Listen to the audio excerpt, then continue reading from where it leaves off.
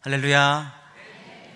네, 우리 오후 예배 나오신 여러분을 주님의 이름으로 환영하고 축복하고, 또 특별히 새가족위원회 헌신 예배를 맞아서 주님께 영광을 올려드릴 수 있음에 감사드립니다.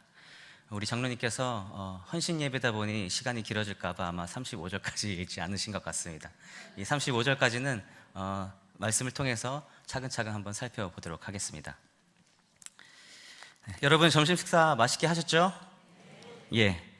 제가 봉사위원회 담당 교역자라서 그런 건 아니고요. 우리 교회 밥 너무너무 맛있지 않습니까? 예. 늘 식당에서 수고해 주신 우리 성도님들께 심심한 감사의 말씀을 전합니다. 어쨌든 제가 왜 식사 이야기를 하느냐면, 밥도 맛있고 또 점점 식곤증이 몰려올 시간이기도 하죠. 그래서 지금 본당의 이 온도도 너무나도 따뜻해서 졸음이 딱 몰려오기 좋은 때인 것 같습니다. 그리고 여러분 고개를 한번 들어보시겠습니까? 고개를 이렇게 한번 들어보면은 4층 천장이 아니라 가까운 천장이 보이시는 분들이 계실 겁니다. 예, 맞습니다. 뒤에서 3분의 1 지점 붙어 있는 분들이신데요. 아마 중간 이후부터 앉으신 분들은 저를 이 스크린 화면으로 아마 보실 거라 예상이 됩니다. 제가 맨 뒷자리에서 1년 넘게 예배를 드리다 보니 설교자의 얼굴을 이 스크린을 통해서 볼 수밖에 없더라고요.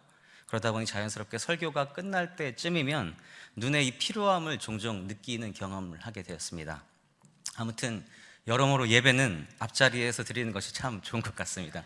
지금도 여기가 많이 비어 있는데 다음 주부터는 꼭 앞자리부터 꽉꽉 채워주시면 너무나도 좋을 것 같습니다. 그래서 설교를 시작하기에 앞서 먼저 눈 마사지를 하며 우리 피로를 한번 풀었으면 좋겠습니다. 지금부터 10초 동안 저희가 뜨겁게 박수를 치며 하나님께 영광을 올려드리도록 하겠습니다. 준비되셨죠? 아직 아닙니다. 네. 시작하면 10초 동안 뜨겁게 박수 치며 하나님께 영광 돌리겠습니다. 시작!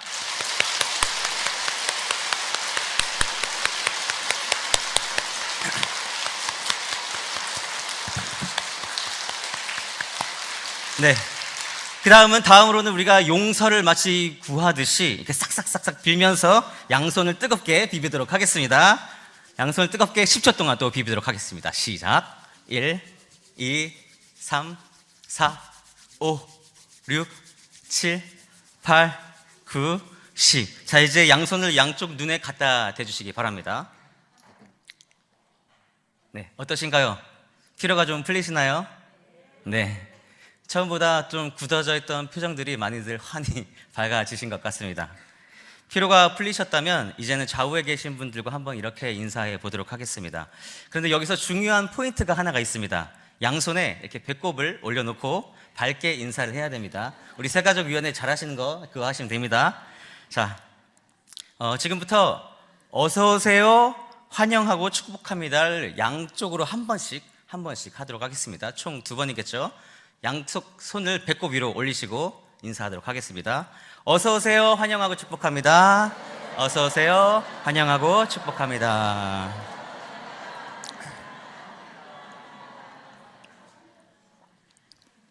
네. 여러분, 제가 왜 이렇게 인사를 하며 시작할까요? 예, 오늘은 맞습니다. 특별히 새가족위원회 헌신 예배로 드려지기 때문입니다. 교회의 시작은 전도로 시작하지만 이 전도된 새신자를 교회의 구성원으로 만드는 이 시작은 바로 새가족위원회의 사역이라고 할 수 있겠죠. 그래서 처음 등록한 이 새신자를 교회에 정착 및 적응시키는 사역은 모든 교회들이 가지고 있는 가장 어려운 숙제 중 하나이며, 이를 통해서 그 교회가 얼마나 건강하게 성장하는지를 판가름할 수 있는 척도가 될 수도 있는 것 같습니다. 실제로 우리가 사람을 만나도 그렇지 않습니까? 대부분 그 사람을 깊이 알기 전까지는 보통 우리가 첫 인상으로 그 사람을 판단하곤 하죠. 마찬가지로 새신자들이 교회에 대한 가지는 이 첫 인상은 바로 새가족위원회를 통해 결정된다고 해도 과언이 아닐 것입니다. 그러므로 새가족위원회는 정말 막중한 사명을 가지고 있는 것이죠. 그런 의미에서 새가족위원회는 우리 교회의 얼굴이라고 할 수 있을 것 같습니다. 그런데 우리 교회 새가족위원회를 제가 한번 이렇게 쓱 보니까 다들 얼굴에서 이렇게 환하게 빛이 나시는 것이 정말 우리 교회의 꽃인 것 같습니다. 동의하시나요? 네. 아멘 소리가 적으신데요. 아멘이시죠? 네, 아멘. 하지만 우리 교회의 얼굴이다, 우리 신일교회의 꽃이다, 이러면 아마 한편으로는 엄청난 부담감도 또 있지 않으실까 생각이 됩니다. 그만큼 다른 위원회에 비해서 많이 보여지고 또 얼굴도 노출되는 그런 위원회이기 때문이겠죠. 그러다 보니 아무래도 다른 위원회보다 여러 사람의 이 입방아에 오르락 내리락 하는 숙명도 있는 것 같습니다. 그래서 새가족위원회를 맡은 분들은 언제나 알게 모르게 이런 부담감이 또 있는 것이죠. 그러므로 저는 새가족위원회에 속하여서 하나님 나라를 이렇게 헌신하고 또 섬기며 충성, 봉사하는 우리 여러분을 진심으로 또 존경하고 또 사랑합니다. 아멘 소리가 적으신데, 네, 사랑합니다. 네. 물론 다른 위원회에 속하여서 또 헌신하고 수고하고 봉사하는 모든 성도님들 또한 진심으로 사랑하고 존경합니다. 그래도 오늘은 새가족위원회 헌신 예배이니만큼 우리 성도님들께서 큰 위로와 또 큰 격려와 또 큰 응원의 박수를 한번 힘차게 보내주시면 감사하겠습니다.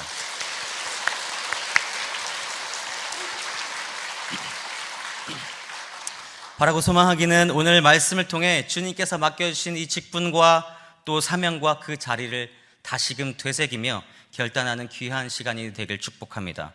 또한 우리 새가족위원회뿐만 아니라 성도라면 누구나 세상에 대하여 하나님을 대신하는 자리에 있는 존재들인 줄로 믿습니다. 믿으시죠? 우리는 하나님을 대신하는 사람들입니다.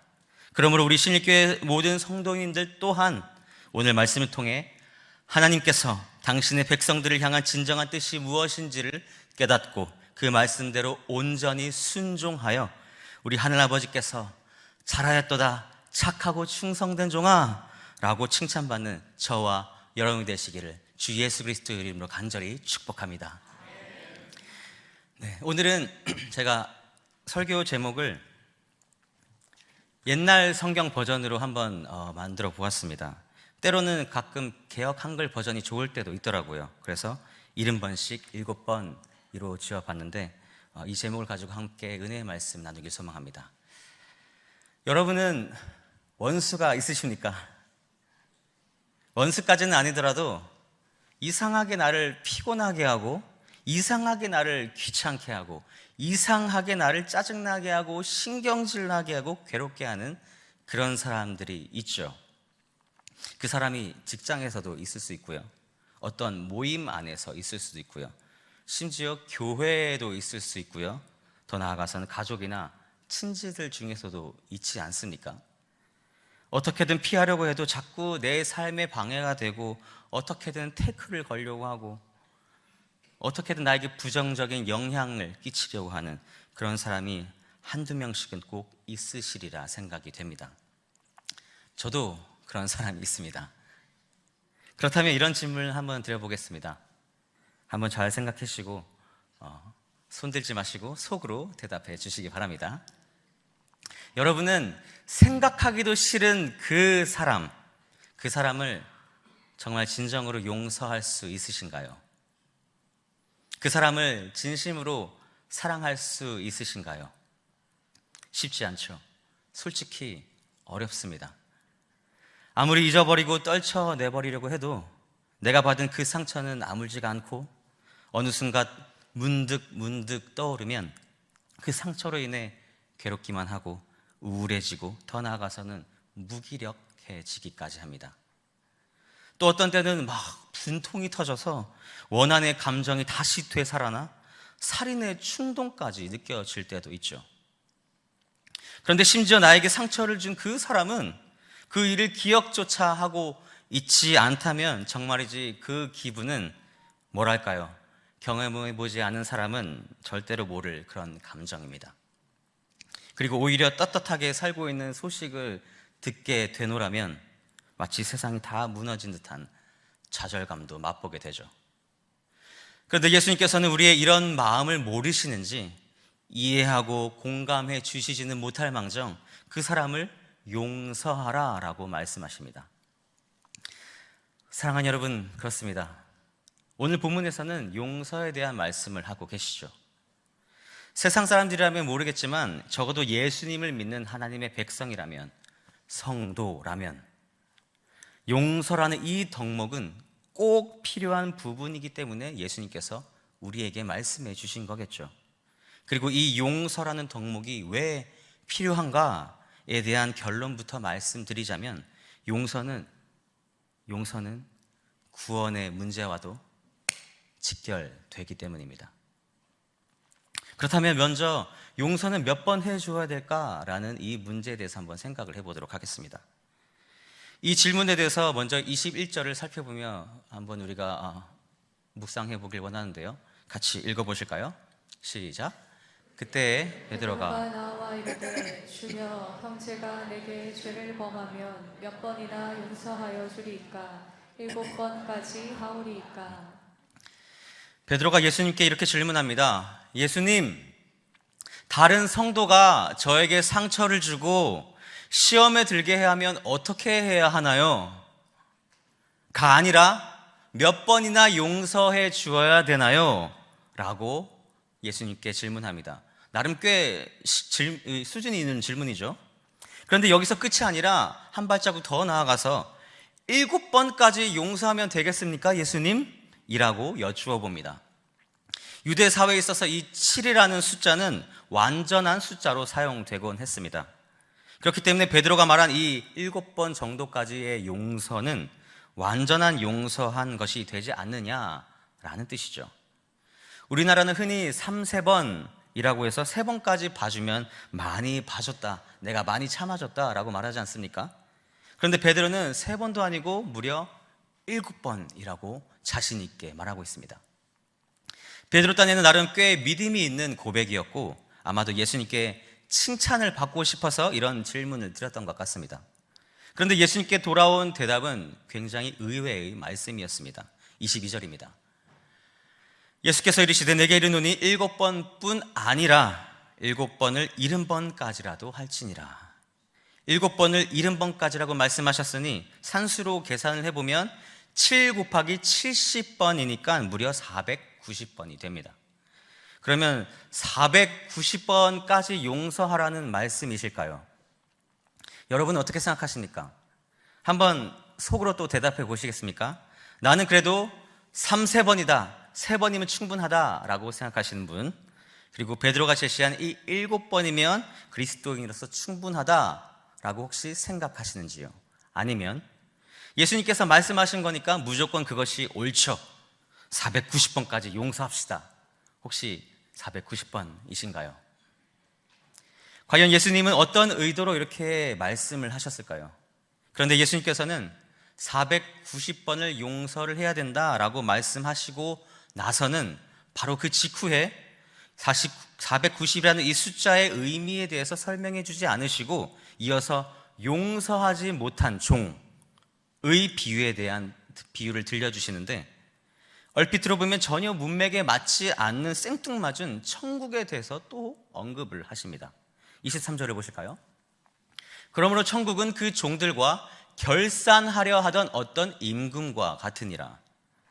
예수님께서 말씀하시기를 지금 천국은 임금과 같다라고 말씀하지 않으시고, 천국은 그 종들과 결산하려던 임금과 같다라고 분명하게 표현하셨습니다.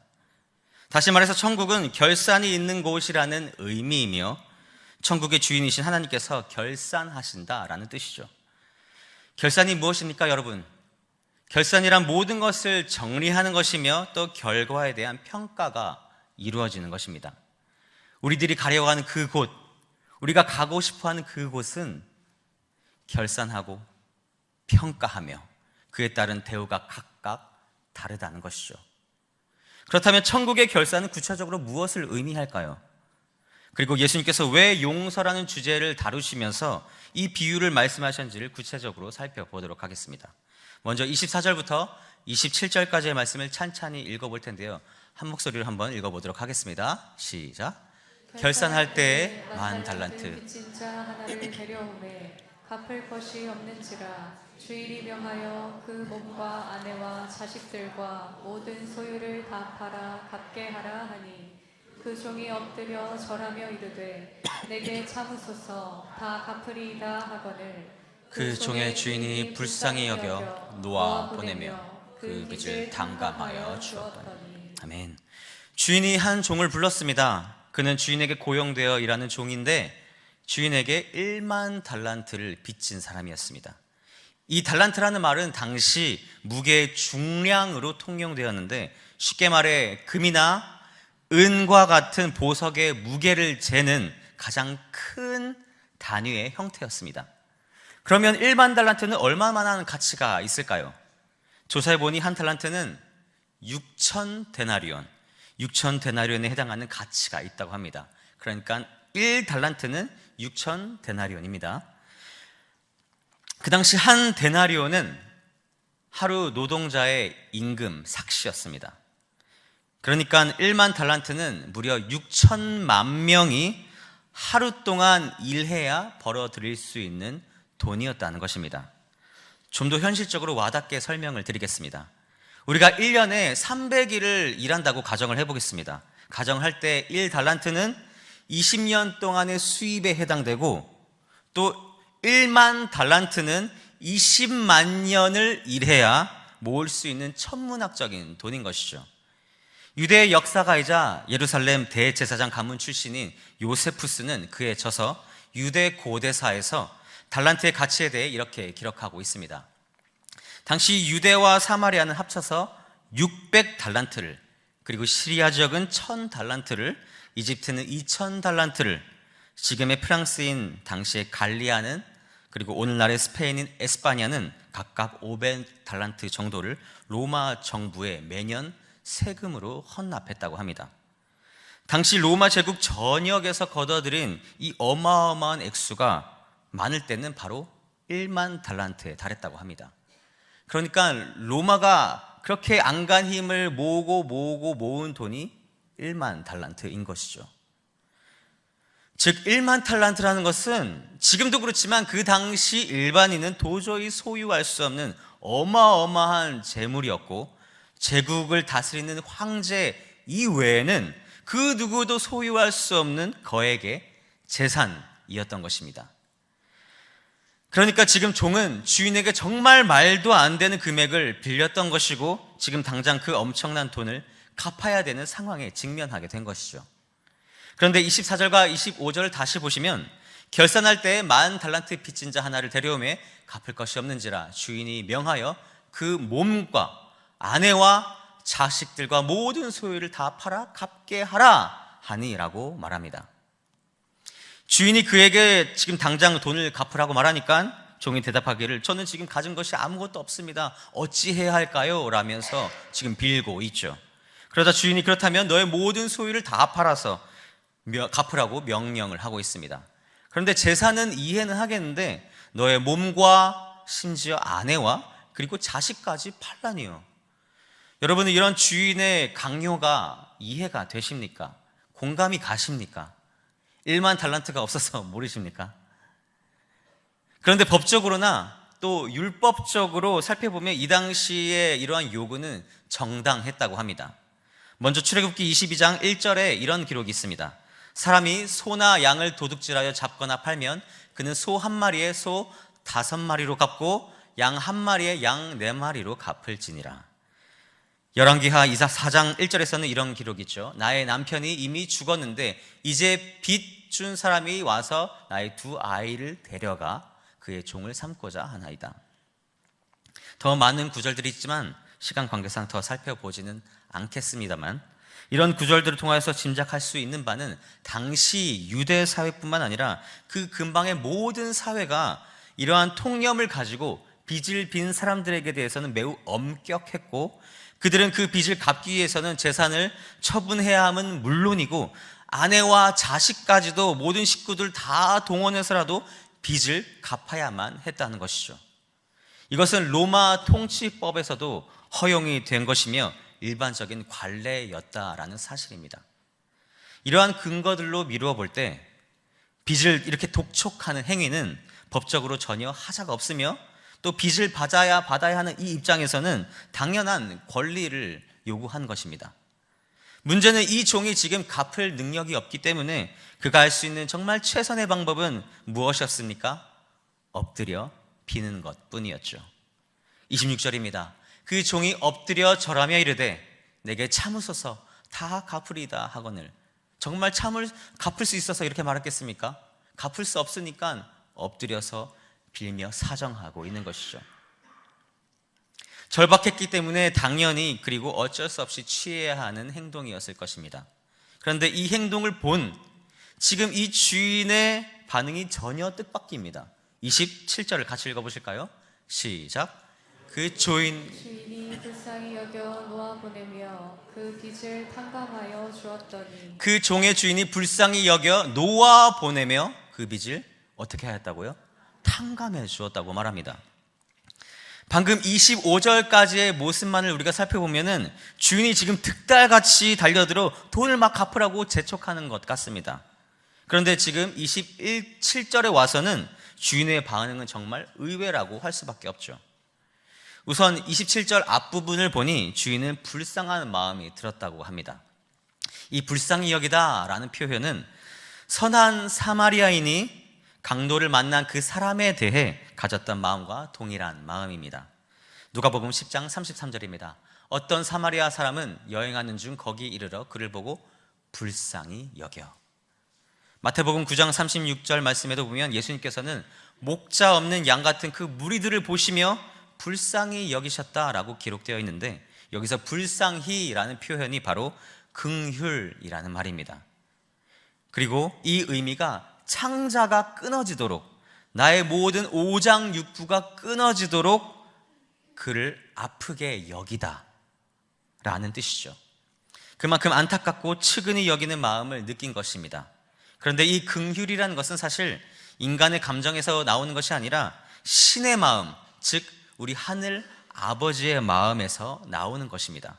그래서 사도 요한은 하나님의 이 긍휼하심, 이 사랑이 우리에게 나타났다라고 요한 1서 4장 9절에서 설명합니다. 하나님의 사랑이, 하나님의 긍휼이 같이 읽어보실까요? 시작. 하나님의 사랑이 우리에게 이렇게 나타난 바 되었으니 하나님이 자기의 독생자를 세상에 보내심은 그로 말미암아 우리를 살리려 하심이라. 아멘. 그래서 주인은 지금 간절히 그리고 애절하게 부탁한 그 종의 모습을 보고서는 비록 1만 달란트라는 어마어마한 큰 액수기는 하지만 긍휼, 즉 하나님의 마음, 하늘 아버지의 이 마음이 나타나서 그 어마어마한 부채를 탕감해 주었다는 것이죠. 이 탕감이라는 단어의 원어를 살펴보면 사면하다, 보내다 라는 뜻이 있는데 문맥상 이 빚을 탕감하여 주었더니 라는 문구의 의미를 살펴보면 법적으로 이 책임에 대해 이제 땅땅땅 무죄 선언을 하다, 책임 없음을 선포하다 라는 뜻으로 해석이 됩니다. 그러니까 오직 은혜로, 오직 책임과 의무를 그 주님의 은혜로 면제해 주었다라는 의미가 됩니다. 이렇게 엄청난 빚이 있던 종은 이제 그 무서운 빚으로부터 완전히 해방되었습니다. 매일 밤 자신을 억누르고 있던 그 공포와 어두움으로부터, 그 무서움으로부터 마침내 자유하게 된 것이죠. 더 이상 밤마다 밤을 설쳐가며 고민하지 않아도 되는 그 죽음 같은 사슬로부터 노임받아 자유의 몸이 되었으니 얼마나 기쁘고 행복했을까요? 그렇지 않습니까, 여러분? 여러분이 만약 그런 자유함을 얻었다면 어떤 반응을 보이시겠습니까? 저에게 만약 1억이라는 빚이 있는데 채권자로부터 이 1억이라는 빚을 갚지 않아도 된다라는 법적으로 공식적인 징표를 얻는다면 저는 정말이지 너무나도 기뻐서 온 동네를 방방 뛰면서 기뻐 뛰면서 막 할렐루야 할렐루야 하나님을 외칠 것 같습니다. 여러분도 그렇지 않겠습니까? 그런데 지금 이 어마어마한 부채를 주인으로부터 탕감받은 이 종의 심정이 어떠했을지 상상이 가십니까? 그런데 말입니다, 여기서 끝이 아닙니다. 여러분, 지금부터 더 놀라운 반전이 일어나기 시작합니다. 빚을 탕감받은 이 종이 너무나도 기분 좋게 콧노래를 부르며 룰루랄라 왕궁을 지금 빠져나오고 있는데 저 멀리서 딱 보니까 자신에게 빚을 진 사람이 지나가는 것을 발견하게 됩니다. 그리고 나서는 어떤 상황이 전개되죠? 본문 28절부터 30절까지의 말씀을 한 목소리로 읽어보겠습니다. 시작. 그 종이 나가서 자기에게 100데나리온 빚진 동료 한 사람을 만나 붙들어 목을 잡고 이르되 빚을 갚으라 하매 그 동료가 엎드려 간구하여 이르되 나에게 참아주소서 갚으리이다 하되 허락하지 아니하고 이에 가서 그가 빚을 갚도록 오게 가두거늘. 여기서 첫 번째로 짚고 넘어가야 할 부분은 자신의 종이 아니라 동료라는 것입니다. 그리고 두 번째로는 그는 자신의 친구를 불러 세우더니 그의 목을 이렇게 붙잡고 지금 빚을 갚으라고 닥달합니다. 그것도 꽤 과격하게 말이죠. 세 번째로 생각하게 되는 것은 이렇게 그가 왜 과격하게 빚 독촉을 할까? 지금 어마어마한 빚을 탕감받은 사람이 맞나? 라는 것을 우리가 생각하게 됩니다. 그리고 네 번째로는 그는 자신의 친구가 빚을 다 갚을 때까지 감옥에 가두어 버렸습니다. 엄청난 반전이지 않습니까, 여러분? 과연 이보다 더한 반전이 어디 있을까요? 그런데 또 그 빚은 얼마라고 나옵니까? 100데나리온이라고 합니다. 조금 전에도 살펴보았듯이 한 데나리온이 일꾼의 하루 품삯이니까 100데나리온은 100명의 일꾼이 하루의 일당이 됩니다. 뭐 사실 이것도 적은 돈은 아니죠. 아닙니다만 이 악한 종은 지금 얼마를 탕감받았습니까? 1만 달란트를 탕감받았습니다. 자신이 평생 일하고도 갚지 못할 어마어마한 그 6천만 데나리온을 주인으로부터 지금 탕감받았음에도 불구하고 그는 지금 자신의 친구에게 100데나리온을 받겠다고, 고작 그 100데나리온을 받겠다고 난리를 피우고 있습니다. 확률로 따지면 지금 비율로 따지면 60만 분의 1입니다. 60만 대 1. 사랑 여러분, 어떻게 생각하십니까? 괘씸하지 않습니까? 1만 달란트를 탕감받은 이 종이 고작 60만 분의 1이라는 금액을 친구가 갚지 않는다고 해서, 종이 아니라 자신의 친구가 갚지 않는다고 해서 폭행하고 구금시키는 이러한 행동이 과연 옳은 것입니까? 아니지 않습니까? 무엇보다 참 재미있는 부분은 이 종이 지금 왕이 빚을 갚으라고 독촉했을 때 자신이 했던 그 간청의 표현과 친구가 자신에게 했던 그 간청의 표현이 문자적으로 동일하다는 것입니다. 비교한 화면을 한번 보실까요? 먼저 26절에서는 주인이 종에게 이제 있는 상황이죠. 그 종이 엎드려 절하며 이르되 내게 참으소서라고 다 갚겠다라고 말합니다. 그런데 29절에서는 동료끼리 엎드려 간구하여 이르되 나에게 참아주셔서 다 갚으리이다라고 지금 말하고 있죠. 둘 다 똑같이 지금 긍휼을 구하고 있습니다. 그러나 주인은 긍휼을 베풀었는데 그 긍휼을 받은 사람은 굳이 우리가 비교하자면 1만 달란트의 가치를, 1만 달란트의 긍휼을 받은 이 종이, 악한 종이 정작 긍휼을 베풀 상황이 주어졌을 때 어떻게 합니까? 긍휼을 베풀지 않습니다. 잔인하게 복수하고 오히려 그에게 자비를 베풀지 않죠. 이 소식은 삽시간에 퍼져서 이 상황을 보다 못한 주변의 사람들이 주인에게 고발을 합니다. 31절입니다. 그 동료들이 그것을 보고 몹시 딱하게 여겨 그 주인에게 가서 그 일을 다 알리니, 그리고 나서 이 얘기를 전해들은 주인이 어떻게 하고 있죠? 본문 32절부터 34절까지의 말씀을 우리 같이 읽어보겠습니다. 시작. 이에 주인이 그를 불러다가 말하되 악한 종아, 내가 빌기에 내가 내 빚을 전부 탕감하여 주었거늘 내가 너를 불쌍히 여김과 같이 마땅하지 아니하냐 하고 그 노하여 그 빚을 다 갚도록 그를 옥졸들에게 넘기니라. 아멘. 주인은 그 종을 불러 악하다라고 규정을 하고 그의 무자비하고 몰상식하고 몰 인정한 모습에 대해서 이제는 심판을 합니다. 더 이상은 no mercy, 더 이상은 자비가 없다는 것이죠. 그리고 화를 내며 탕감해 주었던 그 돈을 도로 다시 회수하라 라고 명하고 투옥시켜 버리죠. 이제 악한 종은 그 빚을 다 갚을 때까지 평생 감옥에 있어야 되는 상황이 되었습니다. 다시 상황이 역전되었죠. 계산해 보면 사실 누가 대신 갚아주지 않는 이상, 다시 주인이 긍휼을 베풀어 주지 않는 이상 악한 종은 평생 그곳에 있어야 합니다. 주인이 보이는 이 행동은 긍휼을 베푼 그 사랑에 상응하는 분노인 것입니다. 정당한 분노이죠. 배신의 감정이자 신임을 철회하는 심판의 분노라고 할 수 있을 것 같습니다. 제가 어릴 때의 기억을 더듬어 보면 저는 이 장면에서 왠지 모를 카타르시스랄까요? 그런 짜릿함을 느꼈던 것 같습니다. 이야, 역시 정의는 살아있어. 그래, 하나님께서는 역시 우리 선한 자들을 그냥 내버려 두지 않지. 악한 자들을 심판하시는 분이지. 저 배은망덕한 악한 종, 통쾌하다, 아주 쌤통이다 라면서 저의 속이 속 시원했던 그런 감정이 있었습니다. 여러분도 그런 감정을 느껴본 적이 있으십니까? 우리 인간 모두에게는 이런 감정들이 은연중에 있습니다.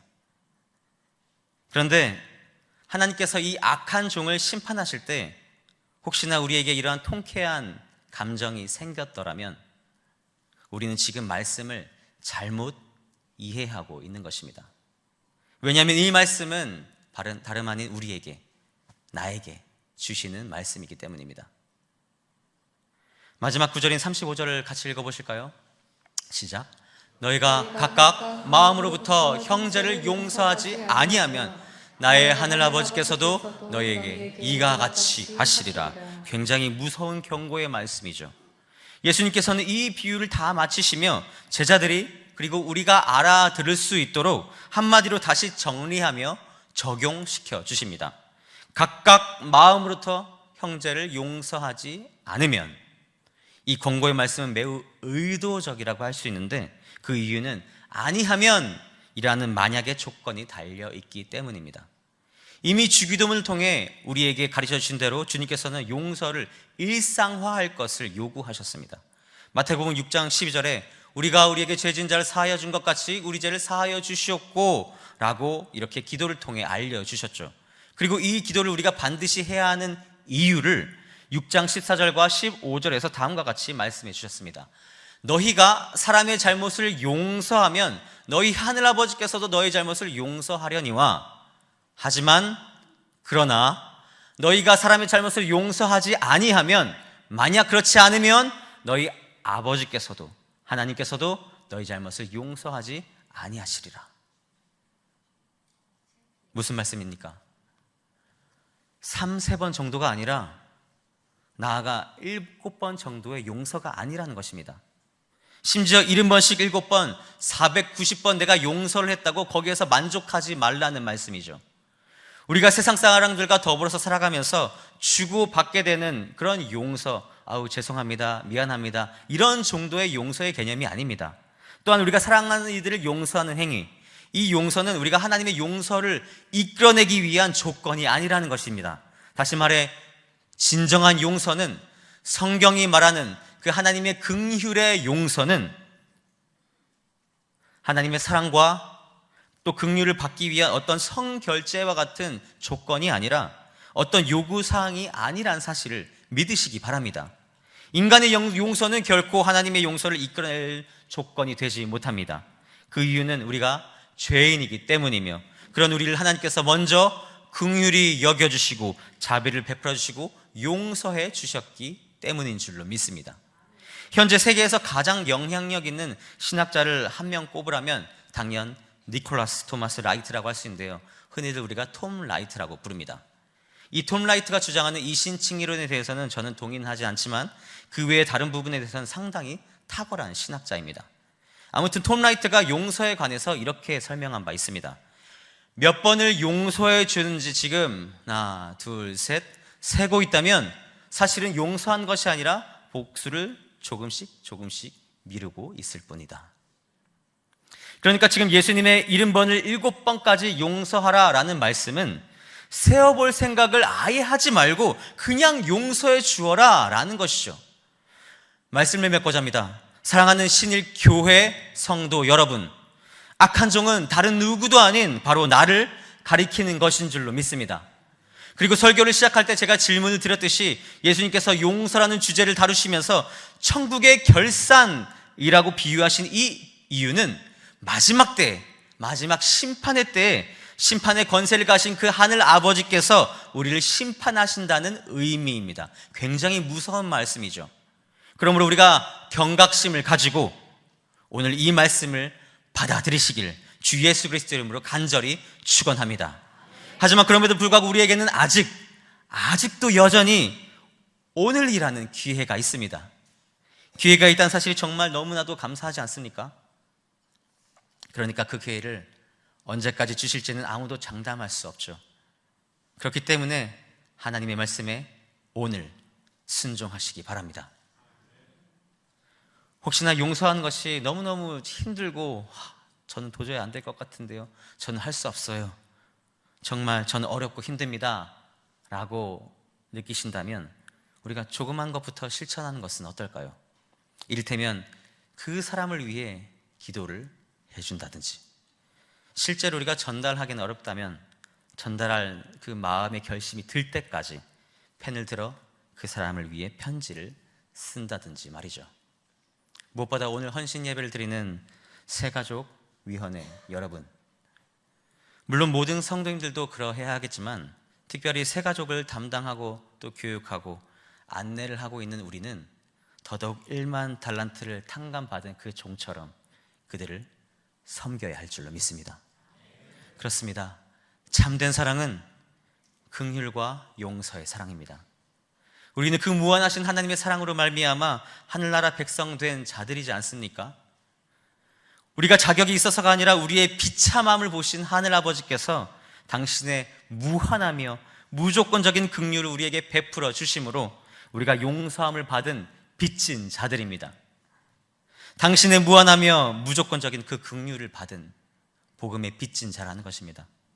우리의 모든 더러운 죄악을 예수 그리스도의 그 십자가의 보혈로 깨끗하게 씻겨주시고 구원해 주셨다는 사실을 잊지 마시기 바랍니다. 영원히 그 감옥에서 살 수밖에 없던 나를 오직 주의 은혜로, 오직 그분의 사랑으로 말미암아 해결할 수 없는 어마어마한 빚을 탕감해 주셨음을 날마다 매 순간순간마다 기억하시기 바랍니다. 그러므로 우리는 이 한량없는 사랑을 받은 자들로서 내가 용서받은 자임을 마음속에서 깊이 새기셔서 오늘 조그만 것부터 실천해 보시기 바랍니다.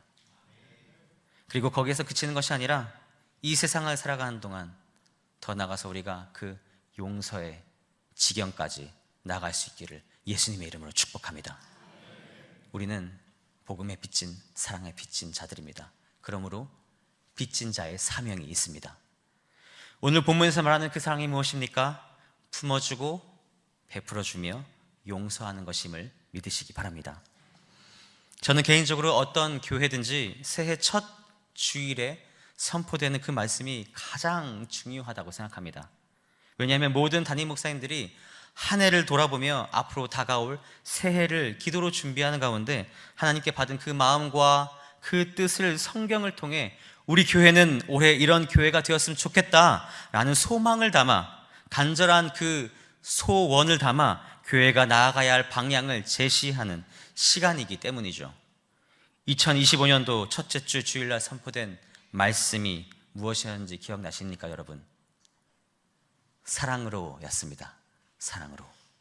그리고 담임 목사님께서 용서에 관해 말씀하실 때 끝까지 용서하고 끝까지 받아주고 내가 먼저 끊어버리지 않는 것, 이것이 진정한 용서와 사랑이라고 하지 않으셨습니까?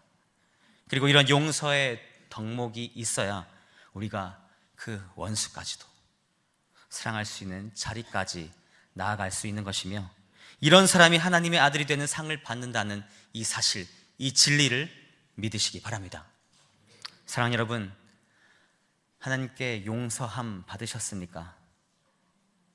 구원받은 하나님의 자녀이십니까? 천국 소망이 있으십니까? 그렇다면 용서하십시오. 마지막으로 요한일서 4장 19절 말씀을 다 같이 읽고 마치길 원합니다. 시작. 우리가 사랑함은 그가 먼저 우리를 사랑하셨습니다. 누구든지 하나님을 사랑하노라 하고 그 형제를 미워하면 이는 거짓말하는 자니 보는 바 그 형제를 사랑하지 아니하는 자는 보지 못하는 바 하나님을 사랑할 수 없느니라. 우리가 이 계명을 주께 받았나니 하나님을 사랑하는 자는 또한 그 형제를 사랑할지니라. 아멘. 함께 말씀을 기억하며 기도하길 원합니다. 사랑하는 여러분, 용서와 화해라는 이 목표는 절대로 포기해서는 안 되는 것인 줄로 믿습니다. 용서는 폐의 호흡과도 같다라고 합니다. 그래서 우리가 용서를 해야지만이, 용서를 해야만 우리도 숨을 쉬며 살 수가 있다는 것이죠. 그러므로 성령 하나님의 그 이끄심과 도우심을 구하며 아직도 용서하지 못한 그 사람을 내가 용서하게 해달라고, 그래서 마침내 하나님의 사랑을, 하나님의 그 긍휼을 실천할 수 있는 믿음의 사람이 되게 하여 주시옵소서. 악한 종이 아닌 선한 청지기가 되게 하여 주시옵소서라고 이 시간 말씀을 붙들며 함께 결단하며 나아가겠습니다. 하나님 아버지 감사합니다.